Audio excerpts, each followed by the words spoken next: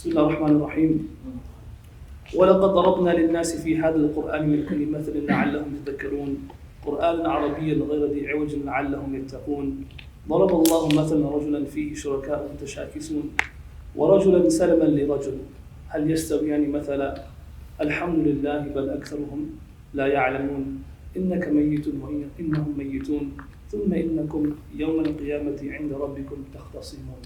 These are, for those of us who are keeping a track of these verses, it says verse 27 till verse 31 in Surah Zumar. Allah subhanahu wa ta'ala, He starts by saying, وَلَقَدْ ضَرَبْنَا لِلنَّاسِ فِي هَذَا الْقُرْآنِ مِنْ كُلِّ مَثَلٍ لَعَلَّهُمْ يَتَذَكَّرُونَ. Verily, we have mentioned every type of example for the people in this Qur'an so that they may take heed. So in the Qur'an, one of the series inshallah that's going to come out in Miftah is the examples of the Qur'an. It's an entire series that's already been recorded by one of my teachers. It hasn't been out yet. It's going to be published, I'm not sure, in a few weeks or something. Yeah. And one of the things he meant for, so stay tuned for that. But one thing just on the side, as a side note, examples, similes, metaphors help people understand things. It makes it easier to understand when you give an example of something. It's very common in every type of education, every walk of life. You give an example of something, it becomes a little easier to understand. The Qur'an is full of amazing examples. Every example that will benefit mankind till the day of judgment has been given in the Qur'an.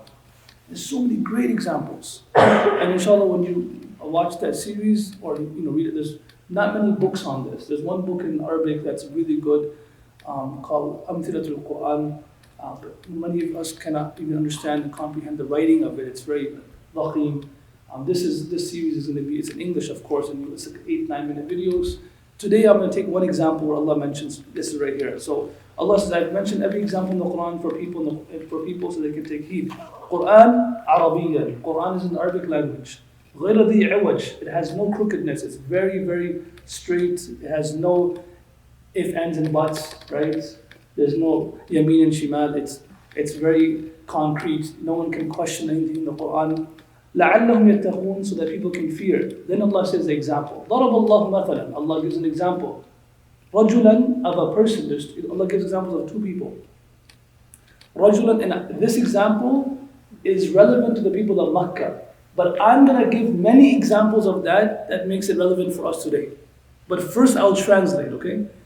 In those days, there was masters and slaves. Alhamdulillah, we have no more slavery. And this example was given in Makkah. And Islam and Deen came to emancipate slavery, to make everyone equal. The first criticism of Islam was, مَا نَرَاكَ إِلَّا تَبَعَكَ الْأَرْذَلُونَ. Why is it that the low people of our community are sitting next to you? These are low people in our society. This was something that was shared among all the leaders of Quraysh. They said, we can't sit. They said, okay, believing in Allah, we could do that. Saying that Muhammad is a great person, we already know that. He's an amazing person. Qur'an, amazing book. These people, Abu Jahl and Abu Lahab, every night they would sneak when the Prophet would read the Qur'an in his house, and they would sneak to his house, stand outside outside the house, listen to him reading Qur'an, and they would go away every night. Allah talks about this in Surah Isra, that these people, they come and they pay attention to the verses of the Qur'an. They were marveled by the Qur'an. They were captured by the person of the Prophet. They already believed in Allah, but their belief in Allah was a little bit crooked. Where they believed in Allah, but they believed in idols that help you get closer to Allah. Right? This was their belief. If you ask them, if you ask them, who created the sky and the earth? These idol worshippers, if you ask them, who created the sky and the earth? They would say, Allah. Really? If you ask them who sends down the rain from the sky and gives you sustenance, they would say Allah. But their belief in Allah was a little crooked. They said, we cannot talk to Allah directly. To get to Allah, we have to go through these idols. That was their belief in Allah, okay? So, believing in Allah was not some alien idea for them. They already had a belief in Allah. The person like the Prophet was already there in front of them. They already loved him. The Qur'an, they're already marveled by it. So what was the problem then? One of their biggest problems was, how can we sit with our slaves? Bilal is a slave. Are you saying we have to stand in the same saf? And we have to eat from the same tablecloth? This is not going to happen. And Allah, وَاصْبِرْ نَفْسَكَ مَعَ الَّذِينَ يَدْعُونَ رَبَّهُمْ بِالْغَدَاةِ وَالْعَشِيِّ. Allah is saying to the Prophet ﷺ that one time, the most stern tone that Allah ever used speaking to His Habib ﷺ in the Qur'an was Surah Abasa wa Tawalla. When he was sitting with the chiefs of Makkah, and a blind person comes in who is also not from the high class of the community, and he kind of ignores that person to speak to these people because these people, they weren't feeling comfortable being around that person. Allah says, Abasa wa Tawalla. And Ja'ahu al-a'ma. Allah says, don't do that again. Yet those people are closer to Allah. So this was an issue for them. So now, just giving you a background, and then Islam comes, and Abu Bakr, what is Abu Bakr doing? One of the first things he did after he was the first person to believe in the Prophet ﷺ, he started buying slaves and freeing them. He would buy a slave, free, buy a slave, free, buy a slave. And the story of Bilal is amazing, right? So Umayyah bin Khalaf, he was there, and Abu Bakr said to Umayyah bin Khalaf, sell him to me, after seeing him getting tortured so much. He said, sell him to me. And Umayyah bin Khalaf said, this person is not worth anything. He's not good at anything. He doesn't have really too many good traits. How much are you going to offer for him? He said, in one tariq narration, he said, I'll give 100 dinar, 100. Umayyah ibn Khalaf laughed. He laughed. And he laughed and he said to Abu Bakr, I thought you were a smart businessman. This person's not worth 100 dinar. If you offered me 10 dinar, I would have given him to you for 10 dinar. It's like you offer too much for something that is not worth it. You offer 100 for something that's worth only 10? So if you offered me 10 dinar, I would have given them to you. Abu Bakr looked at him and said, you know what? You are not a smart businessman. Because he's worth more than my entire wealth, whatever I have. If you asked me to give 10,000, 20,000, I would have given you anything. Because I want the reward from Allah subhanahu wa ta'ala. So you're the fool, not me. 100 dinar is nothing for the pleasure of Allah. Allah take it. So this was the background of this ayah, right? Allah is talking about these masters and these slaves. And He says, the first example is of a person, a slave, who has many owners. And the second example is of a slave who has one master. Okay?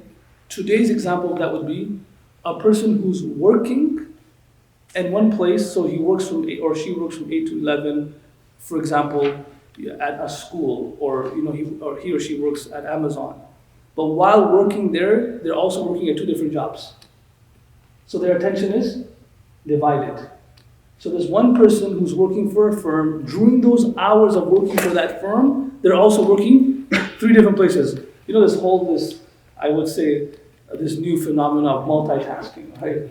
So I can multitask. I can eat, pet my kitten, watch YouTube at the same time. Right? I can do everything at the same time. Just eat food, brother. Do all that later. All that struggle you've been doing all your day, just eat food, relax, eat food, and then resort to your phone, and then resort to your friends. Today we have food in front of us, we're eating like this and looking at our phone and doing this, swiping. It's an irony that I was talking about this the other day. There's so many ironies in the world today. One irony the other day, one person came to me, and inshallah give him hidayah, and Allah help him and protect him. But he said, I need you to write a letter for me from my employer. I said, okay, no problem, because I want to grow a beard. And my employer doesn't allow me to grow a beard. I said, no problem, I'll help you out. And he comes, and he has a letterhead from Budweiser. Okay, the irony. The letterhead is from Budweiser, and in the body I'm writing, he writes, I want to keep a beard because it is the obligation of my deen. It's a sunnah of my prophet. I have to keep it. And I'm looking at the letterhead and I'm looking at the body. And I'm saying, where do I have to sign? Right? And of course I write what I have to write. And he didn't, he worked at some machinery of Budweiser. Like he didn't work directly, but he didn't have enough knowledge to understand that working at that place was not, alhamdulillah, inshallah is going to guide him and he's going to get removed from that. But the irony of having so many modes of communication but still not communicating with others. It's that we have so many different channels of communication, but we're still so isolated. And before we had such less channels of communication, but we were so connected. Like you're alone in the middle of a crowd. And people in the time of the Prophet ﷺ were in the middle of a crowd while they're in the cave. You're in the middle of a crowd, but no one really cares about you. You don't have, when you're told pick out friends, you have 3, 4 friends, even though you're always around people. Right? This is an irony. You have all these modes of communication. So you have this one person who's working, for example, and while he's working on this computer, he's also doing some freelancing work on Fiverr. And he's also, or she's also checking emails and doing some call desk work for somebody else. So he has like 3, 4 jobs at the same time. Okay, as an employer, you have one employee there was one employee that came to our school as a CPA, and he was working for us. And so he has his firm in Hamtramck, and he comes to work for us during the year. One question he asked, he says, during my hours at the school, can I also accept clients that come to the school, can talk to them? I said, no. During the hours of the school, you should not do any other work. These hours are focused for this. When you're there, you should focus on that. It's completely separate. So you have one person who has multiple tasks. This is a very bad example. Allah save us and protect us. But one thing nowadays is you have, the whole, the wafaki jisme ho bu wa kali nahi milti. Allah Iqbal says, Hazaru lala wa gul hai riyaz hasti mein, wafaki jisme ho bu wa kali nahi milti. He says, in this garden there are all types of flowers and roses, but that rose that has a smell of loyalty and love is no longer in this garden. You cannot find a flower of love and loyalty. Like people who are loyal within relationships, people who can maintain love for a long period of time, it's hard to find. So cases of husbands and wives cheating on each other is so prevalent now. So imagine a relationship where you have husband and wife and they only love each other. They only talk to each other. They only live and die for each other. And they have no other attachments, no other loves, compared to a person or a couple who is also interacting with others. You see this example? Like that. هَلْ يَسْتَوِيَانِ مَثَلًا. Allah says, can these two people ever be equal? An employee, they say in the stage of growth of in business, your business starts from an idea. So I always tell people, brothers and youngsters, we should always have great ideas. A business starts from a great idea. Just an idea. You write down all your ideas you have, anything you have. An idea. Then from idea, it goes into, from all the phases, it goes into a phase of startup. Then from startup, it goes into a phase of growth. You're growing it. From growth, it goes into a phase of stability. So now it's at a point where you have to stabilize it. When you're at the growth stage, any stage from idea, startup, growth, the hardest thing in the growth stage is everyone that you hire is usually part-time. But that's also the worst thing of the growth stage. Because people who are part-time can never grow your institute, can never grow your business. They have to be full-time, fully invested, fully loyal. If you have something that you're trying to start up and build up and grow, you have to have full-time people. Whether it takes more investment, more money, and you will see this a lot. It's within the Muslim community too. A lot of organizations are growing. You look at their employees, they're all part-timers because they can't afford it, right? And because of that, it stunts their growth. So I'm giving you all these different examples of the same concept.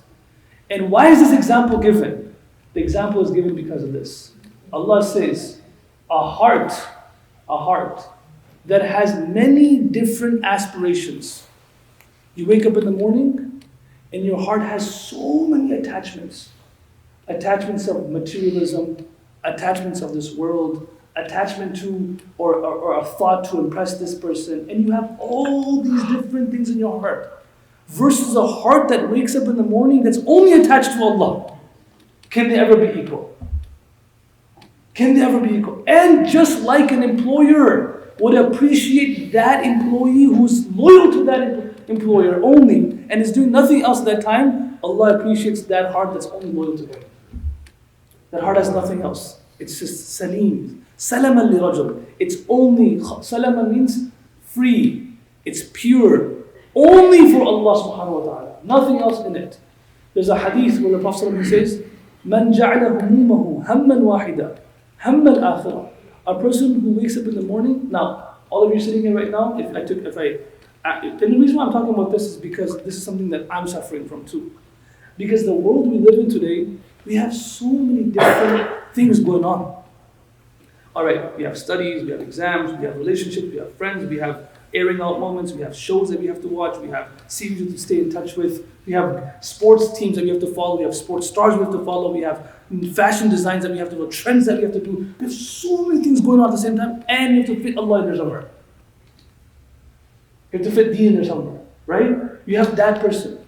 And that's the same thing with a person who's doing business, a person who's running an institute. You have 1, 2, 3, 4, and it just keeps on piling up on you, right?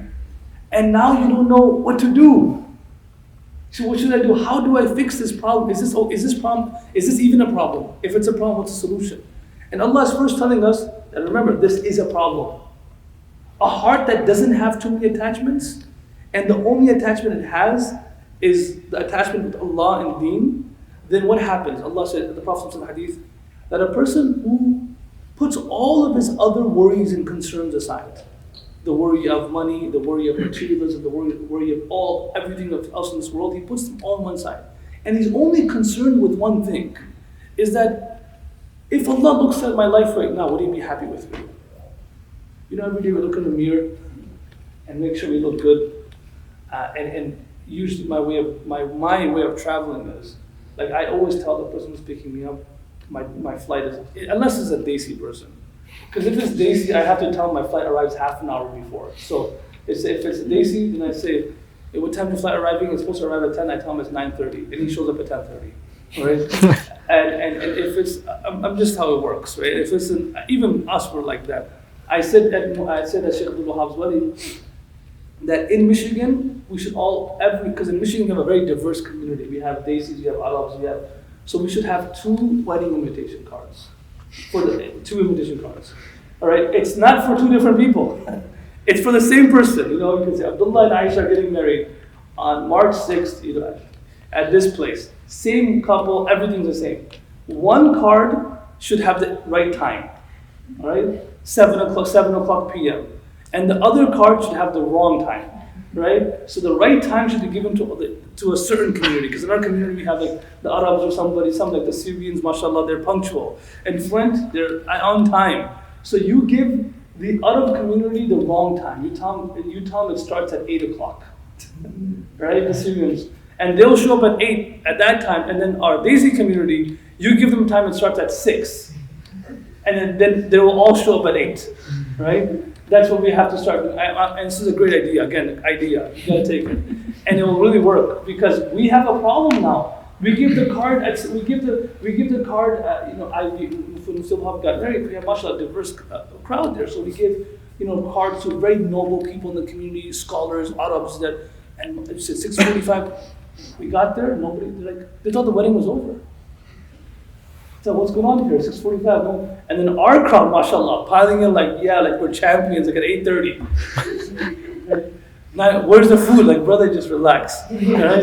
They're just piling in. So this is you have to, in our community, you might need to do that. But nonetheless, when I go on a tangent, I always ask, why did I say that for? Because I always bring you back. Why did I even mention that example? Anyone remember? What was I saying before that? See if you guys are paying attention. Your heart is attached to anything. Yeah, we're talking about how we appear, how we look. And I say when I fly somewhere, I always tell them a different time, because when I get there, you just want to make sure you don't appear like you're not appealing. You want to just make sure you look presentable for the person who's picking you up. That's a very natural thing.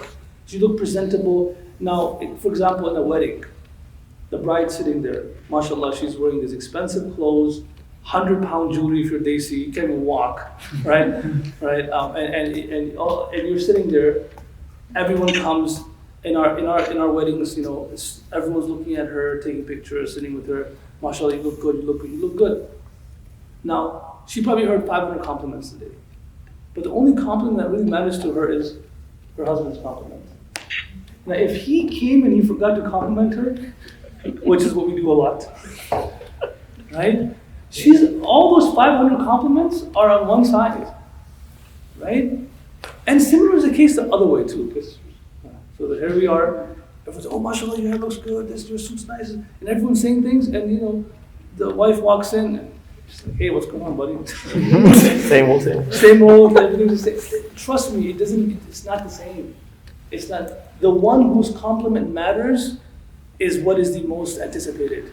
That's what really matters. Who cares what everyone else, yes, it's good to get that, but really what really matters is that person's.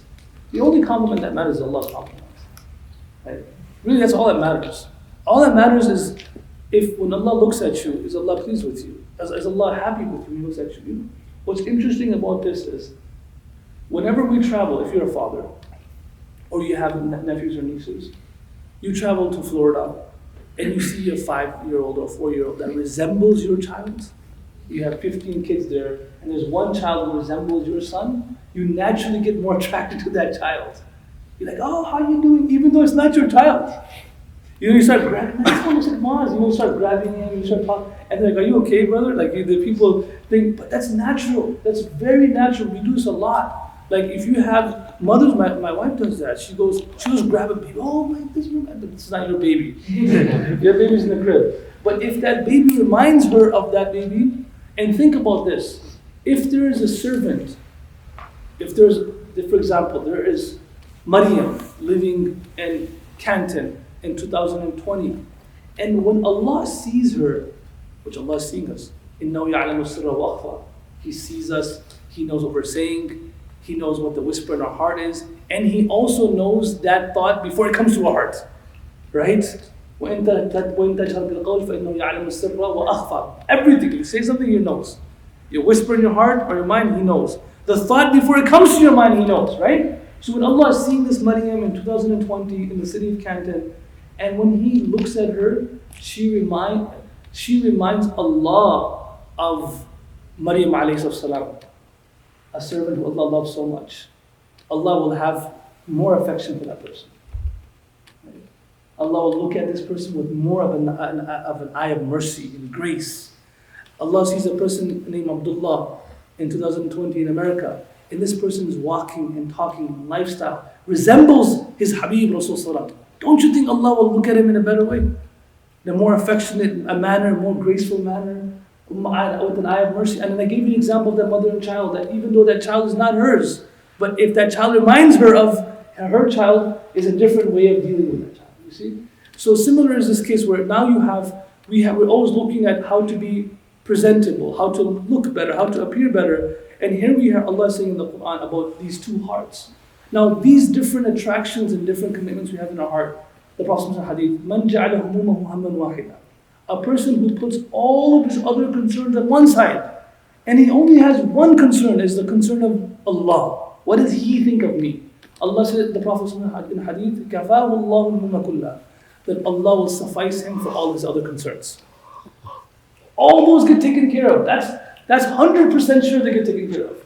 It's 100% guaranteed investment. You invest in Allah, Allah will take care of everything. Another hadith, the Prophet says in hadith, it's a beautiful hadith, and I wish I can explain it properly. And it's about how we wake up in the morning. Again, says, it's about how we wake up in the morning. It's very important how we get out of our bed. That's why in the army, one of the first things they teach you is to make your bed. Right? It's really, we ignore it. There's du'as of the morning, and there's a hadith of the morning. There's so many du'as. If you put all the du'as together of the morning, it will take you half an hour to read them. Du'a, du'a, du'a, du'a, du'a. Just keep reading. Of course, you don't have to sit down in the corner and start reading. Alhamdulillah, deen is so easy. You can do it simultaneously. You can be driving, you can be eating, you can be getting ready, you can be reading the du'as. Because deen is not like, imagine for a second. That's what, when I talk about brothers and sisters who are sitting here, we're like, man, every time I've thought about deen and Islam and Sunnah, I thought it's so difficult. Islam has a set of principles and rules and do's and don'ts. Let me tell you, the easiest way to think about this. Islam does not take away anything from our lives. It just makes our lives better. It doesn't take any extra time from our lives. It's injecting the right things at the right time. And I'll give you an example of this. When you get in your car, there's a dua, right? What's the dua? Subhanallah, and there's a few other du'as. Do you recite this dua half an hour before you get in the car? Subhanallah, stopwatch. When half an hour is over, then you get in the car. Do you do that? It could have been that. Life would have been difficult if it was like that. Or do you get in the car and do it simultaneously? So it doesn't really take away any more time from you. You get in the car and you do it. It doesn't take any extra time. It does, wallahi, pleasing Allah does not take any extra added effort. Whatever we're doing, we just put a part of it. That's all it is. It just takes awareness. That's all it takes. To be aware, that's all. Awareness is everything. So example for the food. Imagine, there are many things in life that you have to have a set of pre things. For example, medical school, pre-med. An example of another thing is sports. These sports athletes don't walk into the court and start playing. They have a set of pre-game drills they have to do. They warm up. They have to do all these things before they can be functional on the basketball. They're going to take this many shots, they're going to do this, they're going to do that. Imagine getting in your car was like that. Imagine sleeping at night was like that. Imagine eating food was like that. Allah made it so easy for you. We sit down, have a bottle of water, we open it, Bismillah, simultaneously. That's what deen is about. It's the same time. So this is a morning hadith. The Prophet says, a person who wakes up in the morning, boom, he wakes up. Man asbaha. وَالدُّنْيَا أَكْبَرُ هَمِّهِ. In the overarching thoughts in his mind or her mind are things of dunya. Things of dunya. That could mean so many things. Right? He wakes up in the morning, the things of dunya. Whether it could be the product that put on eBay, is it sold yet? It could mean that you put a bid on something, or it could mean that you order something on Amazon that didn't arrive yet. It could mean your exams, it could mean anything. Man asbaha wa dunya akbaru hammi. For me, I give an example of dunya. I'm not a mufti. I'm not going to give fatwa over here. For me, I give an example of dunya as a phone.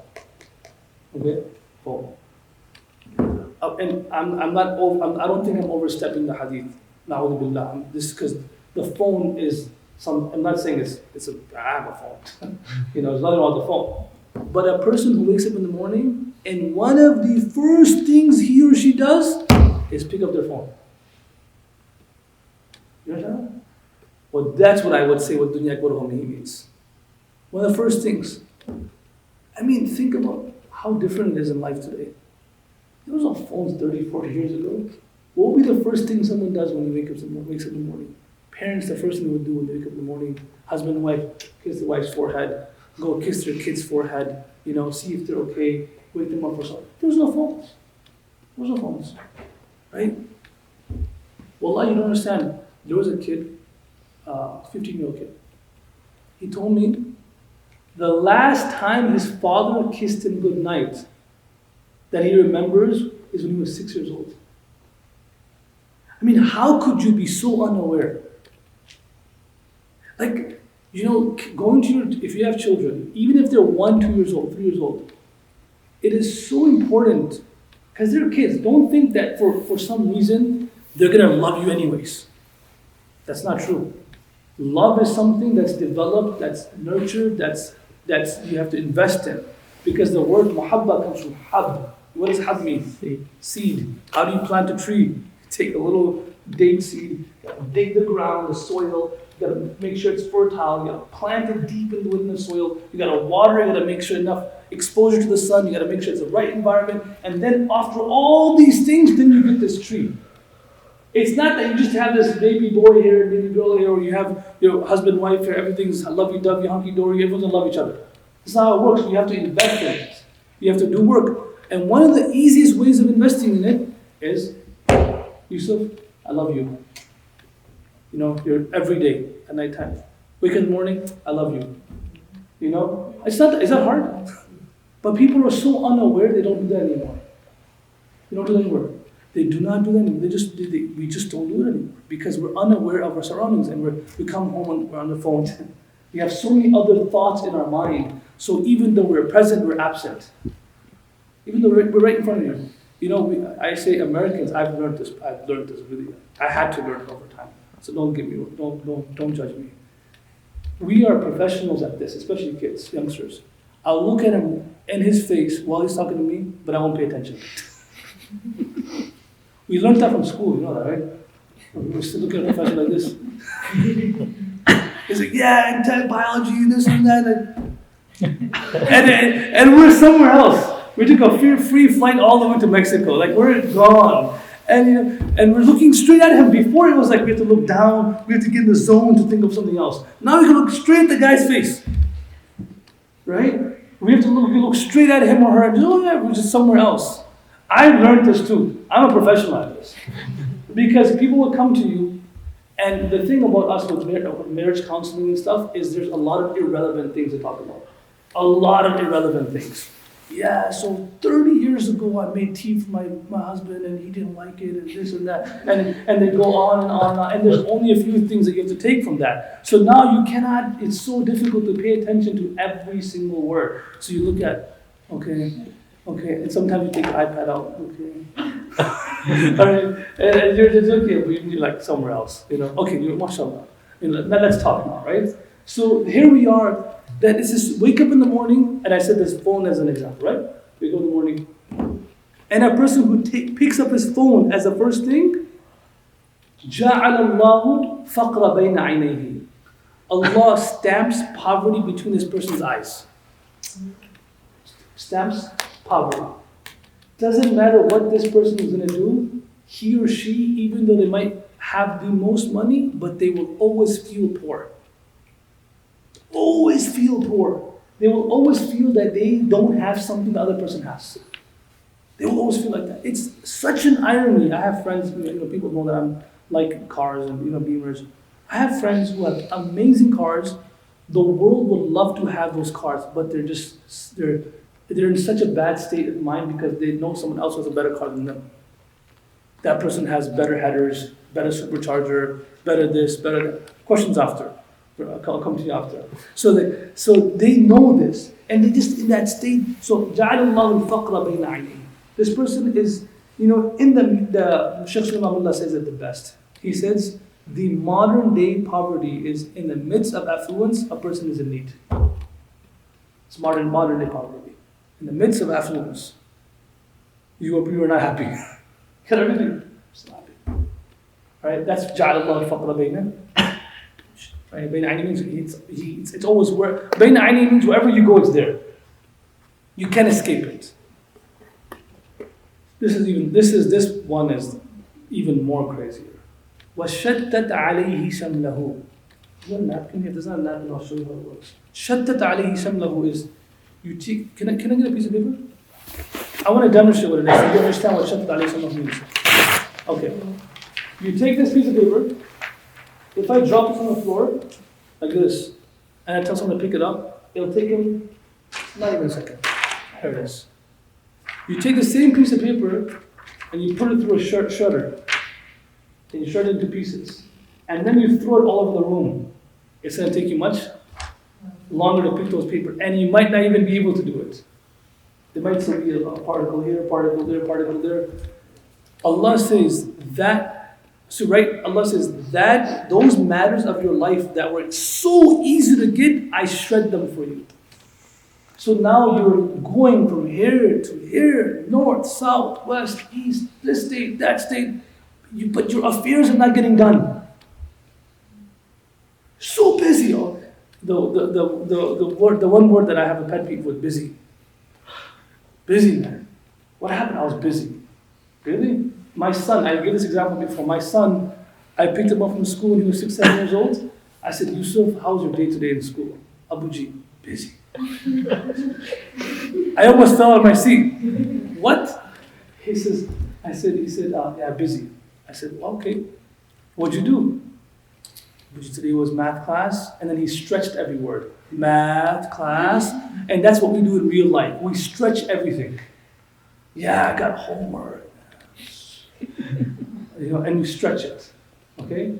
That's what it means. Shattat alayhi shamlahu means we make ourselves, we convince ourselves that we're so busy because we're so occupied. We're going from here to here to here to here, and things are still not getting done. They say, I have this job, I have that job, I'm doing this, but our ends are still not meeting. Is that pretty common? You hear that a lot nowadays? Yep. It's a very common thing for people. All right. وَلَا يَأْتِيهِمُ الدُّنْيَا إِلَّا مَا كُتِبَ لَهُ. The third thing Allah the Prophet is saying, despite this person being so busy, this person can only get that much of dunya which that person's will was written for him or her. Can't get more. It's not like if you make more effort, you'll get more. It says you're overworking yourself now. It's like your car's in like mud and you're just going, your tires are spinning, but you're in the same place. Yeah, you put so much effort in, your tires are burning, but they're in the same place. You're not moving one step forward. All right? The opposite of that is, okay, so that is a person who wakes up in the morning, picks up his phone, starts looking at it like this. Now, think about this. وَمَنْ أَكْبَرُ وَالْآخِرَةُ أَكْبَرُ هَمِّهِ. A person who wakes up in the morning, this is a practical thing we can do. Wake up in the morning, and we put our phone like 5 feet away from us at night. So you wake up in the morning, wallah, even if you miss Fajr Salah, you wake up whatever time it is. Because, of course, we should all try to pray Fajr on time, but you missed it. You wake up, you do wudu, you pray Fajr, you make dua, and then go to your phone. That's not much more difficult, that is it. But if you can just alternate like this, if you can just change your priorities when you wake up in the morning. Now instead of checking your phone, checking your social media feed, checking all these things that are in your head, you just, right when you wake up, Alhamdulillah, the first thing that comes to your mind is a dua. You say Alhamdulillah, you get up, you do something else. If you're kids or whatever, you do something else. And then you resort back to your dunya. The Prophet said in a hadith, جَعَلَ اللَّهُ الْغِنَاءَ فِي قَلْبِهِ. Allah puts richness in this person's heart. At his heart or her heart, this person feels like they're not in need of anything other than Allah. When you feel like that, then you'll never be jealous of somebody. You'll never envy somebody. Because all you're worried about is what Allah has in His treasures for you. Nothing else. What is a big problem that's plaguing the ummah today? Jealousy. Envy. When you don't have something, it's a problem. When you have a huge house, you worry about hasad. Nazar lag jayegi. Right? And now you're all the du'as and blowing in the house. And so when you have, it's a worry. And now when the person leaves and something happens to your house, see, I told you should not invite that person. Right? Okay? So when you didn't have, it was a problem. Now when you have, it's a problem. And the reason for that is people are not rich at heart.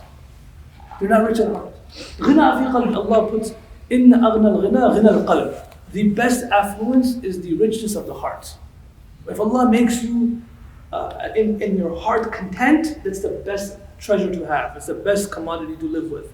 So the Prophet said, Allah gives you that, the first thing. SubhanAllah. The second thing is the same thing as what I talked to you about the piece of paper, but the opposite. وَجَمَعَ لَهُ شَرَهُ. Those shreds of paper that were all scattered around the room, Allah puts them all together for you. There. Like they were already scattered. Allah's doing the opposite for you now. Allah puts them all together for you. So things that should have taken an average person 6 months, you're doing it in 1 month. Things that take an average person in 1 month, you're doing it in 1 week. Things that take an average person 1 week, you're doing it in 1 day. Things that everything is getting done in smaller periods of time. It's interesting, you see our elders of the past, the Salaf al-Salihin, they wrote books in such a short lifespan that if we even try to read them in our whole life, we can't. How did they have so much barakah? Of course, right. So just the other day I was memorizing a poem. And there was a poem that I was memorizing, and it was an Urdu poem. I started from the Amaya building, which is on 12th November. From there all the way to MCWS. I still didn't memorize it. I got there at 1:25, ready for Jummah. I stopped at the Shell gas station. I memorized the whole thing, and then I recorded it. I got it.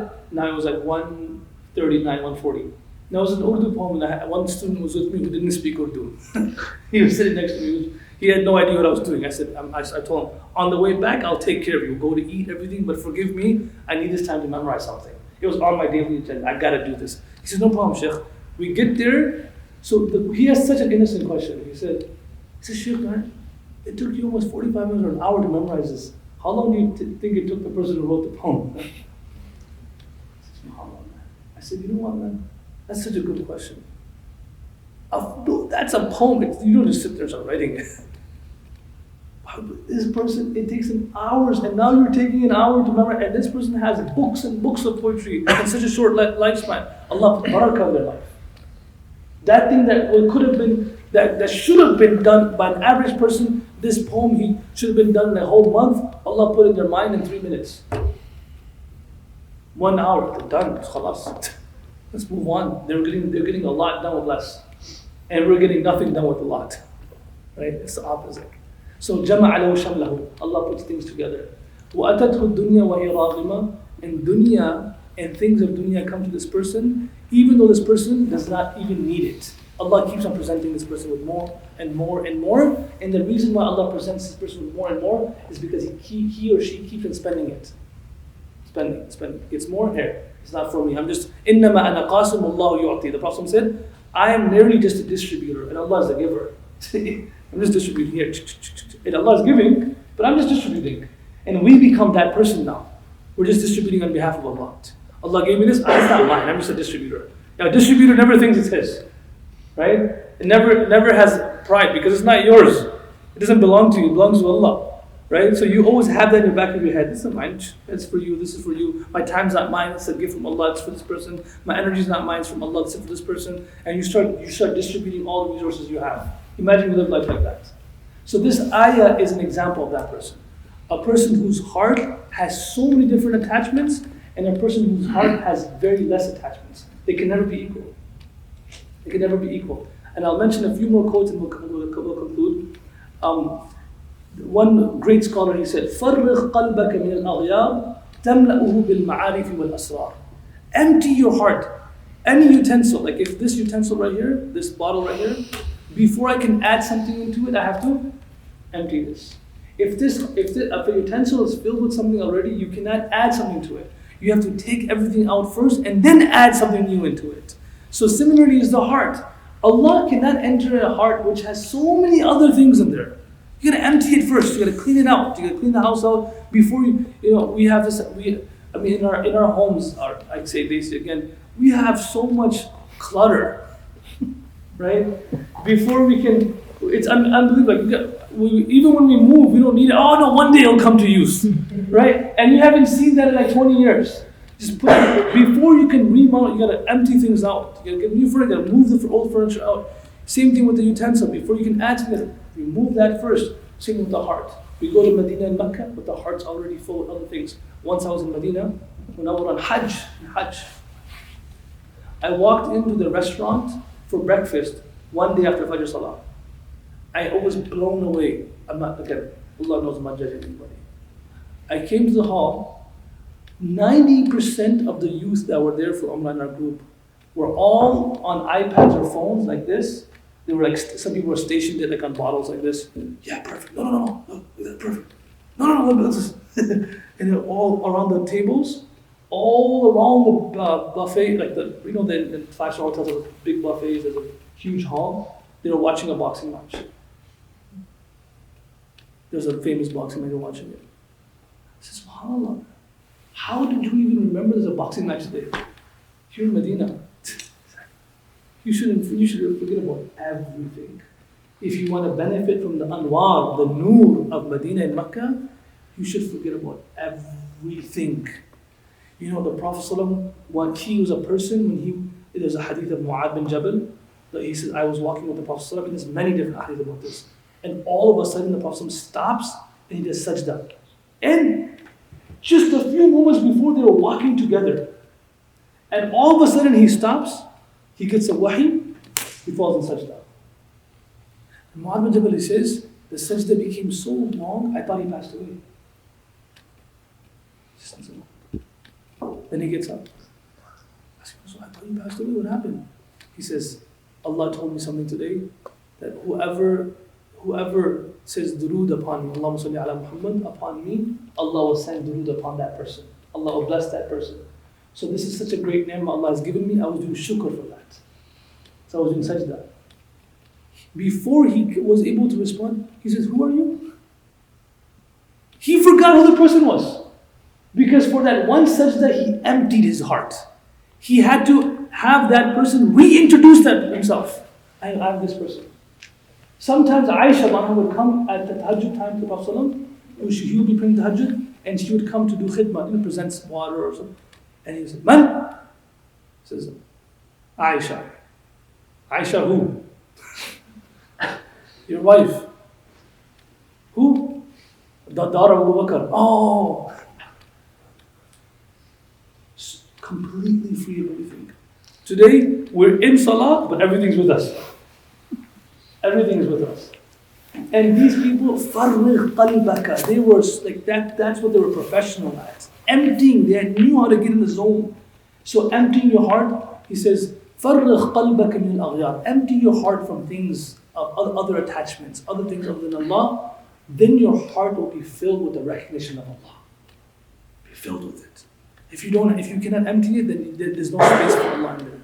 So this is the ayah that talks about that. Now the next word is Alhamdulillah. This ayah says, Alhamdulillah. Right after the Qul hal yastawi mathala, Alhamdulillah. Mufassirin say, how does that come together? Like he takes an example, and then right after that he says Alhamdulillah. You know why he says that? He says that the Mufassirin say that because if a person reaches that level, this paper is an eyesore. Put it back there, please. If a person reaches that level of now, mashallah, he's able to, or she's able to remove things from heart, they should always say, Alhamdulillah, it's because of Allah, it's like that. It's tawfiq from Allah. It's tawfiq from Allah. وَمَا تَوْفِيقِ إِلَّا بِاللَّهِ عَلَيْهِ تَوَكَّلْتُ وَإِلَيْهِ أُنِيبُ. Everything I do in my life, good, is a tawfiq from Allah. All of you sitting here, and I'm sitting here today, we came, yes, on our own strength. We drove here, we got a carpool here, but who gave us the ability to come here? Allah. Allah is the one who gives you opportunities. And we ask Allah to continue to bless us with more and more opportunities to come near Him. You know, a businessman always asks for more opportunities to do more business. There's the world right now. You have people who have money but have no ideas. You have people who have great ideas but have no money. Right? You have this great business idea. You have some money, like no. You have these people who have a lot of money but they have no ideas. Right? So these people are always looking for more investment opportunities. And more opportunities means more potential. Similarly for us, the more opportunities we get closer to Allah, there's more potential to get closer to Allah. So this is that we came in today is a tawfiq from Allah. Allah concludes this ayah by saying, Alhamdulillah. We all say Alhamdulillah. We came here only because of Allah, and if Allah gives us a heart, it's only because of Allah. And we conclude by saying that Allah make us among those whose hearts are detached from the world. Our hearts are detached. Our hearts have to be attached to Allah. For the brothers who are sitting here, the Prophet he said, the brothers and sisters who are sitting here, the Prophet he said, a person whose heart is attached to the masjid, he or she will be given shay'an la arsha Allah. So your heart, even though you're not in the masjid, but your heart's attached to the masjid. So many of us whose hearts are attached to Medina, we're not in Medina, but our hearts are still in Medina. We may close the Qur'an, but our hearts are still attached to the Qur'an. There was a dua the Prophet used to make, Allahumma inni as'aluka hubbak, وَحُبَّ مَنْ يُحِبُّكَ وَحُبَّ عَمَلٍ يُقَرِّبُنَا إِلَىٰ حُبِّكَ. Oh Allah, I ask you for your love. I ask you to love those who love you. And I ask you to make me love those actions that bring me near to you. To make me love those actions. Today, we don't have love for those actions. We ask Allah that Allah puts in our heart the love for those actions that will bring us near to Allah. Because a person follows what he or she loves. إِنَّ الْمُحِبَّ لِمَنْ يُحِبُّ مُطِيعُ. You become obedient to what you love. And imagine what we love is what brings us closer to Allah, then that's what we're always going to be doing. Allah make us among those who truly have that in our hearts and empty our hearts from all the other things of dunya, and make us among those who when we wake up in the morning, subhanAllah, let's keep our phones on one side, do everything else before we turn back to our phones. Allah make us among those who our matters and our affairs are connected for us, so we can get a lot done in less time and not be among those who have so many things scattered for themselves and they become so busy in life that they don't even have time for their own families, their own parents, their own children, and life becomes a misery for them. وآخر دعوانا الحمد لله وجزاكم الله خير